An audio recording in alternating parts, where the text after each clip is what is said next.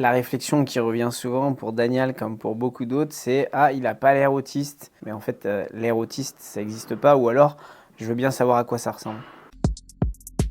Bonjour, je m'appelle Shamsdine Belkayat. Je suis papa d'un petit garçon autiste qui a 9 ans et qui s'appelle Daniel. Et je suis président de l'association Bleu Network et administrateur de l'association AFJ Autisme. Les 4 clichés les plus fréquents sur l'autisme. L'autisme est une maladie. Alors l'autisme n'est pas une maladie au sens propre du terme, c'est-à-dire que tu ne guéris pas de l'autisme. C'est ce qu'on appelle un trouble du neurodéveloppement. Donc c'est la construction neurologique de la personne qui est comme ça. Tu ne pourras pas changer, tu nais autiste, tu meurs autiste. C'est ce qu'on appelle une condition plus qu'une maladie. Quels sont les principaux symptômes? Pour le diagnostiquer, on va retenir 2 critères principaux qu'on appelle la dyade autistique. Le premier, c'est des difficultés dans la communication et les interactions sociales. Et le deuxième, c'est la présence de ce qu'on appelle des intérêts restreints et des comportements stéréotypés, donc des gestes qui reviennent, des routines que les personnes instaurent dans leur quotidien. À travers ces 2 caractéristiques qui représentent la partie visible de l'iceberg, il y a le fonctionnement interne des personnes autistes qui est extrêmement plus complexe, mais extrêmement intéressante à comprendre. Il existe des traitements. Non, il n'y a pas de traitement contre l'autisme, et bien au contraire, l'autisme fait partie de la neurodiversité. C'est comme si tu essayais demain d'avoir un traitement contre les gens qui ont une couleur de peau différente. Les autistes n'aiment pas les gens.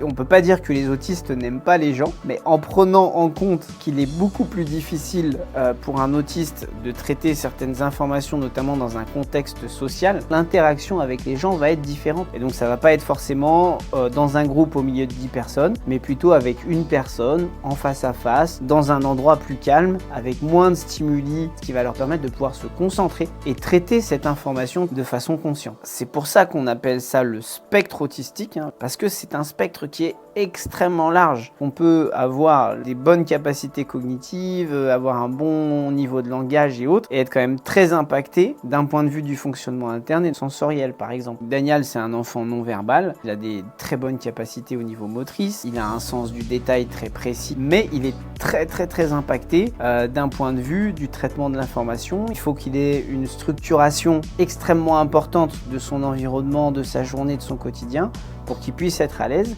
sinon ça lui crée vraiment des difficultés. Vous allez aussi avoir des personnes pour lesquelles vous n'allez pas pouvoir déceler la moindre difficulté parce qu'ils ont une capacité cognitive qui leur permet de traiter ces difficultés au quotidien. Il y a ce qu'on appelle du masking social, ils apprennent des codes, ils les retraduisent à leur façon, mais par contre ça crée une énorme fatigue cognitive. Ces personnes-là qui se sont adaptées, qui durant toute leur journée de travail, elles rentrent chez elles, elles sont épuisées, elles ont juste la capacité de se coucher, même pas de faire à manger ou d'avoir une soirée normale parce que la journée a été extrêmement épuisante. Les autistes font tous des crises. Ce mot crise, il est compliqué, il faut vraiment pouvoir définir de quoi on parle. Dans la littérature autistique, il y a aussi des crises qui sont très propres aux personnes autistes. Ce sont des difficultés qu'elles vivent de façon interne, très fortement. Les personnes décrivent une perte complète de repères, une perte complète de synchronisation avec l'environnement et elles ont besoin vraiment de calme pour pouvoir revenir.